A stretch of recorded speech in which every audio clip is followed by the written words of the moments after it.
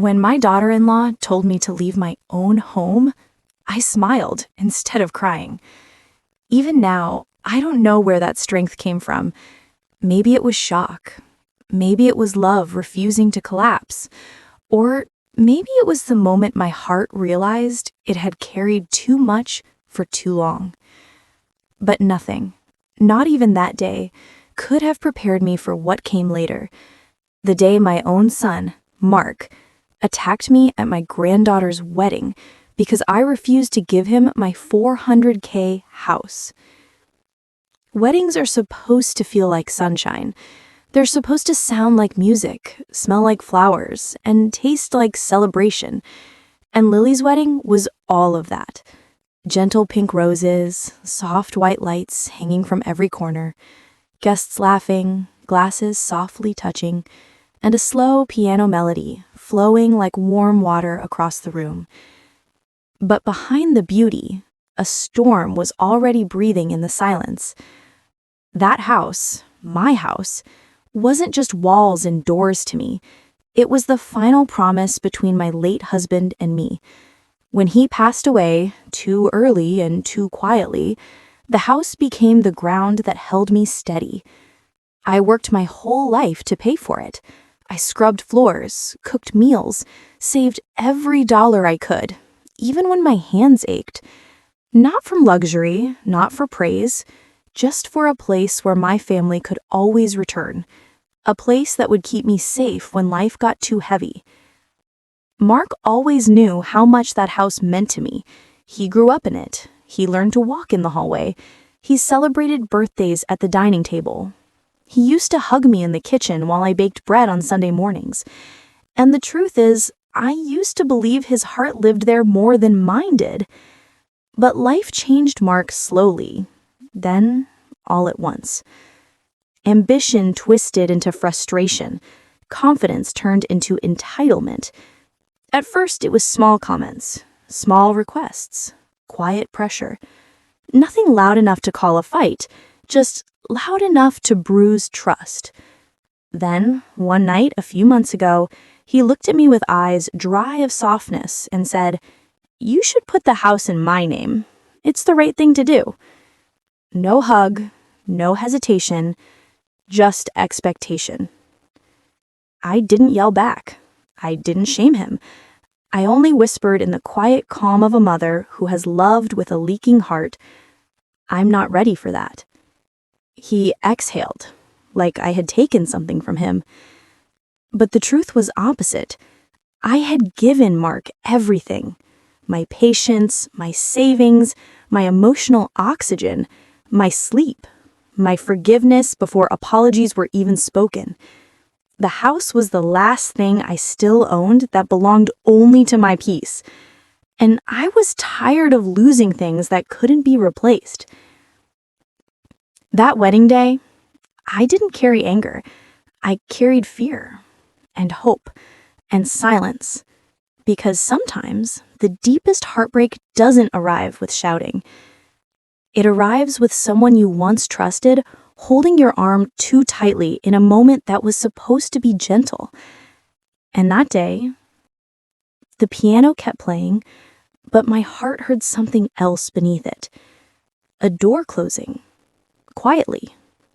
Not the wedding hall door, but something older. Something fragile. Something in me that finally whispered, "Enough." Let me take you back long before that wedding day. Long before the house papers fell to the floor, before broken trust, before silent dinners that felt heavy, before a son looked at his mother like a gate in his way instead of the one who raised him. I grew up believing family was forever, not perfect, but forever. I built my life on that belief. My husband, Peter, and I got married young. We weren't rich, but we were grateful. We shared dreams bigger than our bank account. His dream was simple. One day, to own a home filled with family noise instead of loneliness. My dream was to raise children who would remember love more than money. We had 2 kids. My daughter, Sarah, arrived first, a gentle soul even as a baby. Then came Mark, my only son, loud lungs, loud laugh, loud footsteps, and a fearless appetite for life. Peter used to say, "That boy will move mountains." And for a long time, I believed it too. Mark was smart, bold, curious. When he hugged, you felt it. When he smiled, you trusted it. I never imagined those same hands that once wrapped around me would someday grab me with anger and resentment. When Peter passed away, cancer took him quietly, painfully, gradually. He never complained, not once. Even at his weakest, he held my hand in the hospital bed and whispered, "Make sure this house stays ours. Don't let life push you out of the world." The house, he meant, wasn't even fully ours yet. We still had payments, years of it to head. But it was our promise house, his anchor for me, his last gift, the dream he wanted me to defend. So I did. After his funeral, I worked twice as hard. I cleaned office buildings at night just to keep mornings free for the kids. I skipped vacations. I repaired my own roof alone. Not because I enjoyed struggle, but because the house was no longer just shelter. It was the memory vault of a man who loved me. Mark married young too, just like we did. His wife Anna fit into the family well at first. Helpful, polite, warm. They gave me my first granddaughter, Lily, shortly after. I was over the moon. I babysat her, cooked for them, carried groceries when my back screamed no, and never said I was tired out loud. Because grandparents give in whispers, never in voices. But life grew tense for Mark. Business problems, job shifts, big financial stress. Little by little, the house stopped being family ground for him and became his rescue plan. Every time he looked at it, he saw opportunity, not memory. Every time I looked at it, I saw Peter smile and a lifetime of scraped knuckles to keep it standing. I never blamed Mark for wanting a better life. A mother always wants that for her son. But a mother also remembers the difference between "help me build" and "sign this and hand it over." One is teamwork, the other is ownership, and the wedding day would soon reveal what his heart had chosen. Lily deserved a wedding that felt safe, that felt warm, that felt full of family shining quietly around her, not exploding behind her. I wanted to believe that was still possible. I packed my flight 1 week before, humming in the hallway, eyes tired but hopeful. I thought I was walking into a celebration. I never imagined I was walking into the moment that would rewrite how I define strength. If you felt this moment with me, please like, share, and subscribe to my channel for more real, emotional, human stories like this one. Your support means the world to me, and it helps stories like mine reach hearts that need them. The cracks never come loudly at first. They don't announce themselves. They whisper. And in families, whispers can be more dangerous than a scream because no one notices until the ground shifts. Our family used to meet every Sunday. In the early days after Mark and Anna got married, the tables still felt full. The house smelled like fresh coffee, warm bread, and Sarah's homemade pie. Lily would sit beside me, kicking her little legs under the chair, asking me to read her storybooks while the grown-ups talked. Those were gentle days, simple days. Days when laughter covered worry, and love didn't need to be proven. But when Mark's business began to struggle, everything changed slowly. At first, it was his mood. Short flashes of annoyance. He'd sigh when he thought no one was listening. He rubbed his temples a lot more. Then the conversations changed. He started bringing the house into every family moment like it was another guest, sitting silently, waiting for its name to be called. One evening after dinner, while I washed dishes, he leaned against the kitchen doorframe. No smile, no casual small talk, just seriousness stacked in his voice. "Mom, the smart thing is to put the house in my name now.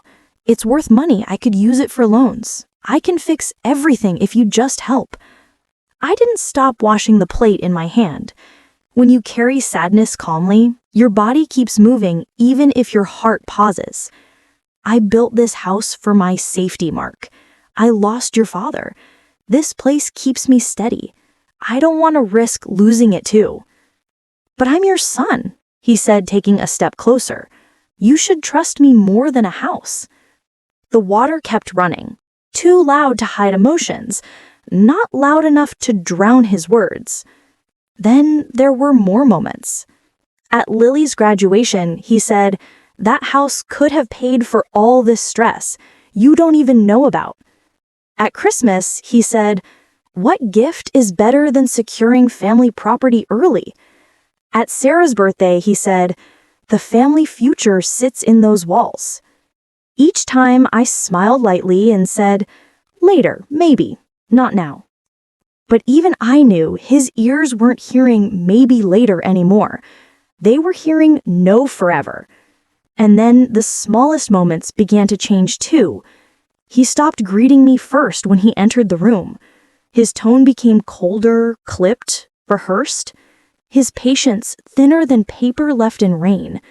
Anna, who used to sit beside me sharing recipes, stopped asking about my health. She only asked about timing. Not the timing of dinners, the timing of ownership.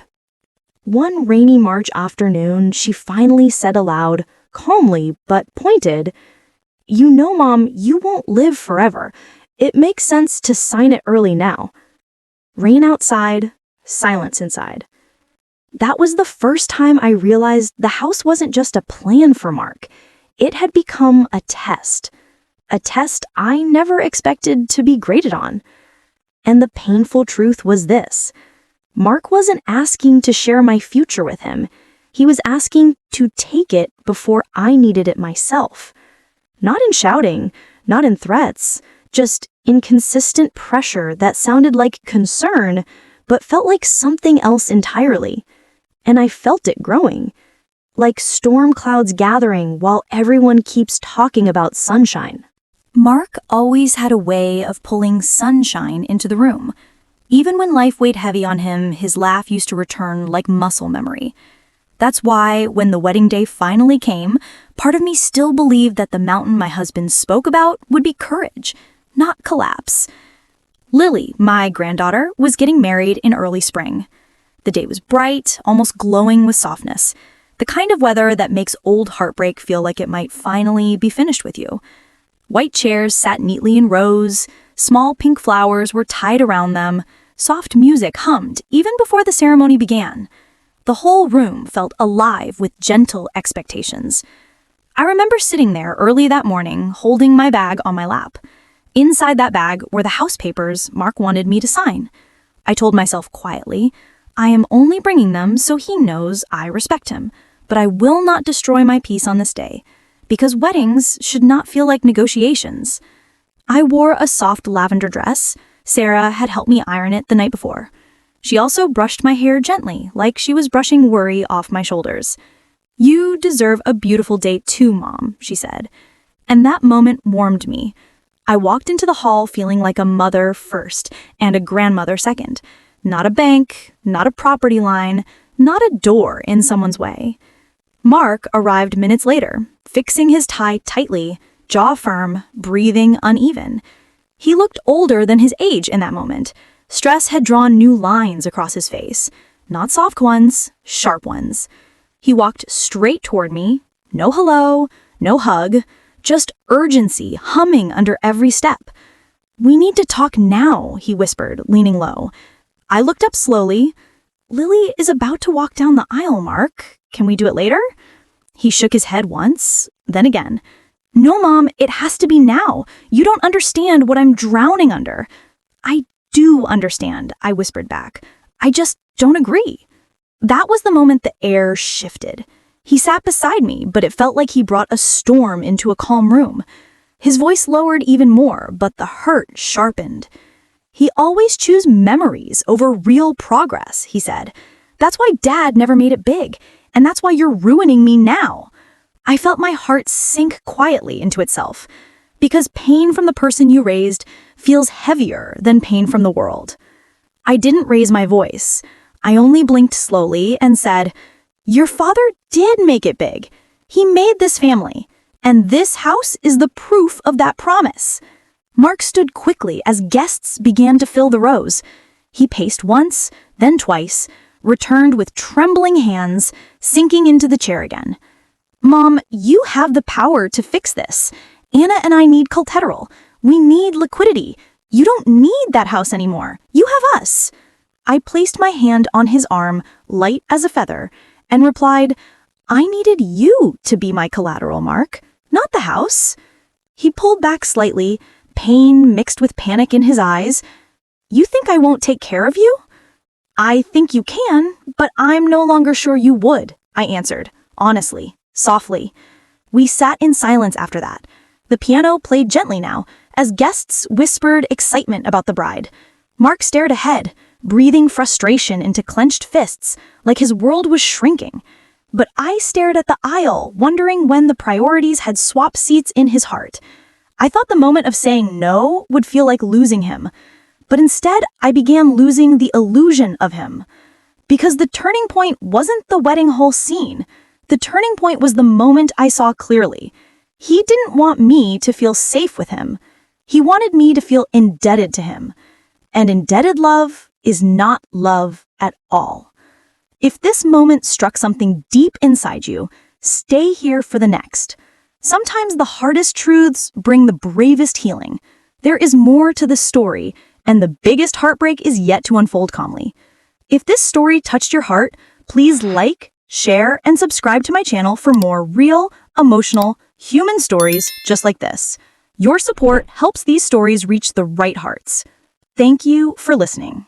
They say the moment your heart breaks, you never forget the smallest details. And that is true. Because I can still hear the piano playing, soft and steady, while my world tipped sideways. Lily was only minutes away from walking down the aisle. The guests were settling into their seats, smiling as they adjusted outfits and dabbed eyes with happy tears. No one expected Heartbreak to be sitting quietly in the second row, wearing lavender. Mark stood beside me again, but this time his frustration had spilled past whispering. Not loud enough for everyone to hear, but clear enough for there to be no turning back. His hand shot out and grabbed my arm. Not just tight, angry. Not crying, flaring. My bag dropped when he yanked me up from the chair. The house papers Anna and he wanted so desperately slid across the perfectly polished hall floor. Pages scattered like leaves in harsh wind. Legal documents meeting emotional judgment in the most symbolic way possible. A few heads turned, but guests assumed it was wedding nerves, family drama before a ceremony, a normal hiccup. No one knew the real truth was heavier than normal by a lifetime. "You always do this," Mark whispered through shaking anger. "You control everything by acting like the victim. You think people will leave you if you say no? Well, congratulations, Mom. Now I'm leaving you." His words hit like stones wrapped in cloth, thudding, suffocating, violent in impact, quiet in sound.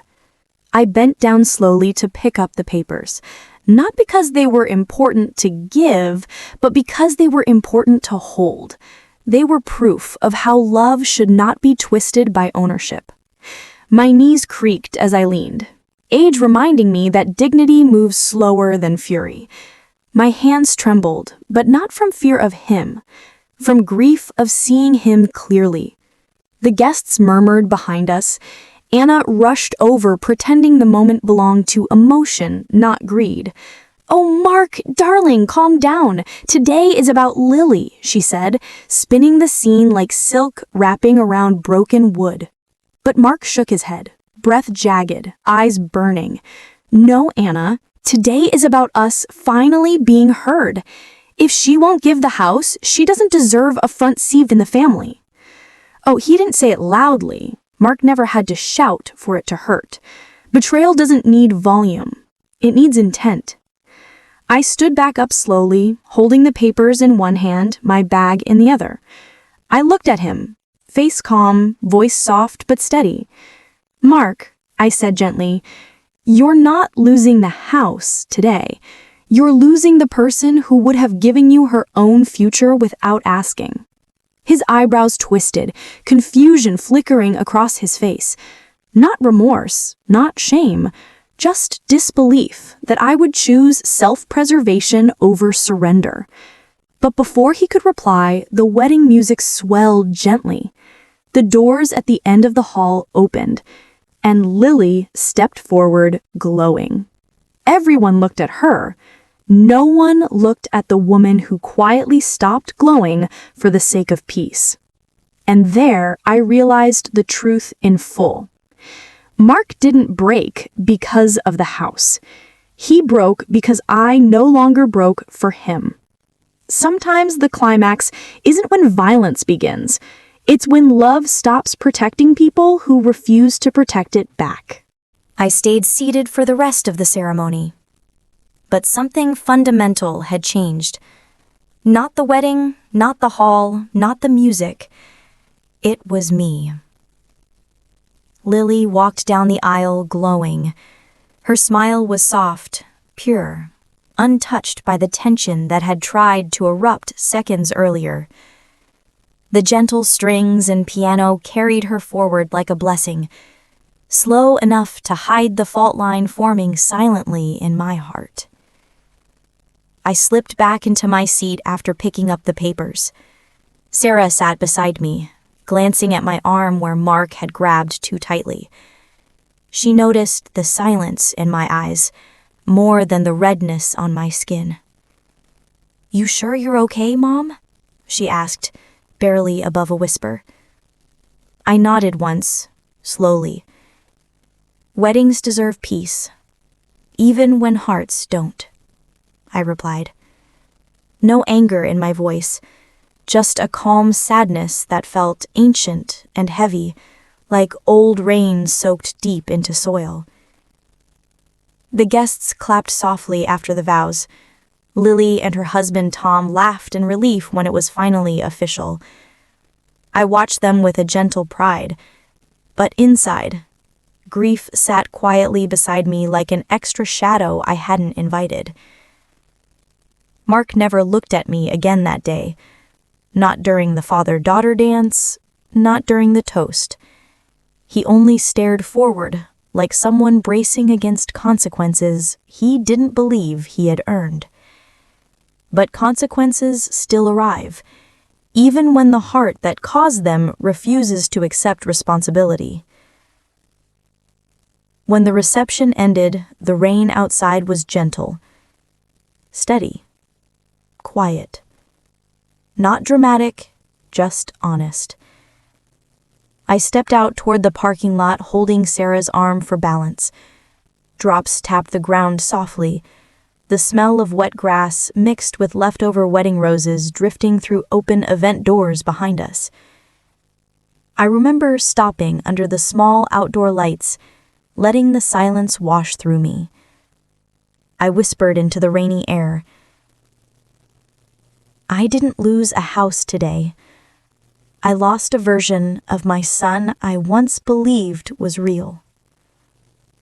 And for the first time that day, tears finally arrived. Not loud, not messy, just warm, slow, overdue. Because mothers don't cry when anger hits them.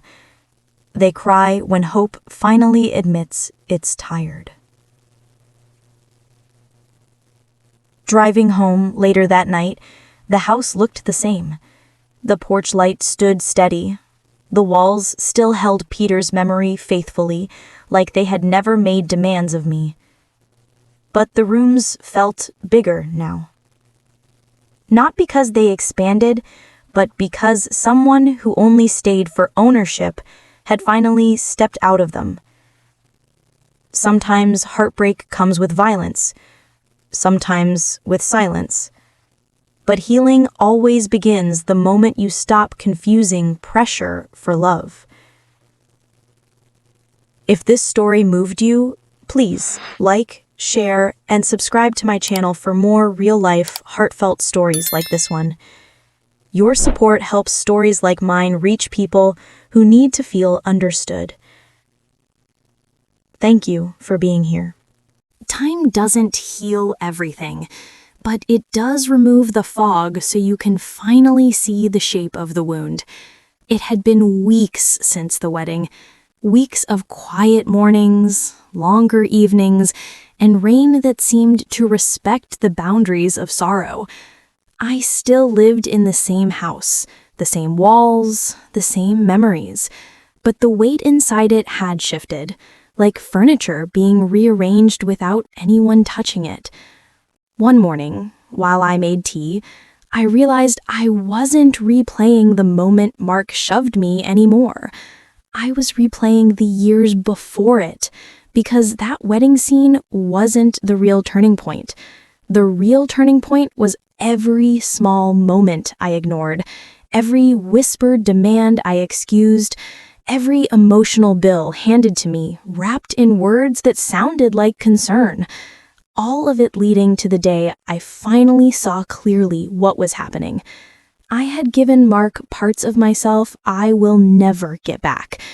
And yet, the house, the one thing he accused me of choosing over him, it was never the villain. It was the witness.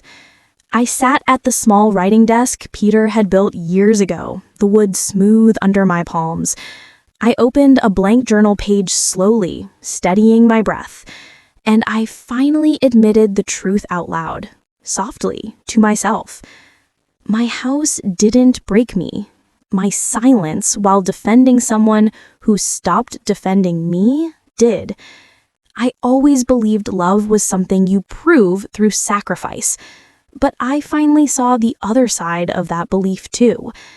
Sacrifice is beautiful when it builds family. It is destructive when it becomes the price of staying inside one. That day, I also realized something freeing. If I had signed the house over, I might have still lost Mark later, but I would have also lost my safety, my peace, my last anchor. And the thought of that scared me more than the guilt of saying no ever could. Mothers aren't immortal wells of giving. We are human too. We reach empty. We reach tired. And tired isn't weakness. Tired is the evidence of loving deeply longer than you should have. Later that afternoon, Sarah visited. She sat across from me quietly, noticing the slow confidence returning in my movements. "You're different today," she said gently, stirring her coffee. I smiled. The real kind this time. People only change when the truth finally becomes louder than the hope, I told her. She nodded once, quietly understanding. Because emotional intelligence doesn't need long sentences. It needs presence. I no longer ache for Mark's apology because I need it to live forward. I hope for it someday because I once loved him enough to shake from losing him. There's a difference between pain you carry and pain you learn from. One breaks you slowly, the other rebuilds you quietly. And sitting there, in the same home I refused to surrender, I found the lesson that came from the collapse itself. Love that demands ownership isn't love at all. It's evidence that the heart offering it has already gone hungry for something else. And sometimes the bravest thing you can say to someone you raised is not, "I give," but instead, "I need to keep something for myself this time." Not out of anger, not out of bitterness, but out of the final understanding that you can't save anyone by drowning beside them. You have to step toward the shore, even if they hate you for climbing out first. And that was the day I finally did. It's funny how life circles back to calm after it shakes you to the core. Months have passed since the wedding day. The rain is softer now. The silence around me feels less like punishment and more like peace finally learning my address. Mark and Anna never moved back into the house. They built their lives elsewhere. With struggle, yes, but with their own hands, not mine. They still speak to me sometimes, but only in short conversations. No anger now. Just a distance shaped like unfinished understanding. And I've learned to accept that some chapters close gently, even when the ending feels incomplete. I still live in the same home Peter asked me to protect. The porch light still glows warmly every evening, like it always knew my heart would someday need guidance more than approval. The hallways still echo with old footsteps of when Mark was small, when hugs were unfiltered, when love sounded like laughter, not leverage. But here's the part that finally freed me. I stopped waiting for the version of Mark who loved without conditions, not because I stopped loving him, but because I stopped needing love that came with a price tag. Forgiveness is easier when you realize someone didn't hurt you to destroy you. They hurt you because their own pain had nowhere safe to land. Mark's attack at the wedding wasn't strength. It was a collapse disguised as demand, a cry for control when the world made him feel powerless. And while I don't excuse what he did, I finally understand what shaped it. And understanding, even painful, can soften the edges of resentment. But forgiveness was only half of the journey. The bigger healing was realizing my own worth wasn't tied to his decision to value it. I still own the house, not out of pride, but out of survival, out of promised memory, out of the final lesson earned at full emotional cost. You can love people deeply, but you must only sacrifice for those who protect your heart in return. The house never betrayed me. The journal I wrote in never frowned at my boundaries. My daughter never saw my aging tears as weakness, only proof of love. And I finally learned something late, but not too late to live by it still. Strength isn't standing in a storm without shaking. Strength is picking up the scattered pieces, slowly, calmly, quietly, and still believing the sun exists for tomorrow. Lily visits me often now. She sits at the same family table, decorated with 2 fewer chairs, sipping lemonade while telling me stories about Tom, about her new home, about cooking dinners too salty or too sweet, and laughing through the imperfections of new love. "Gran," she said one day, "this house feels like you." And I smiled, the real kind, the calm kind, the kind that knows loss rewrites you, but it doesn't erase you. Because even when Mark attacked me that day, I walked away with bruises, not hatred. I walked away with truth, not surrender. I walked away still standing, even if no one gave me applause for it. Because peace doesn't clap loudly. It hugs silently and stays. If this story touched your heart in any way, please take a moment to like, share, and subscribe to my channel for more real, emotional, human stories like this one. Your support helps these voices reach more hearts that need comfort, truth, and strength. Thank you so much for listening. I'll see you again soon.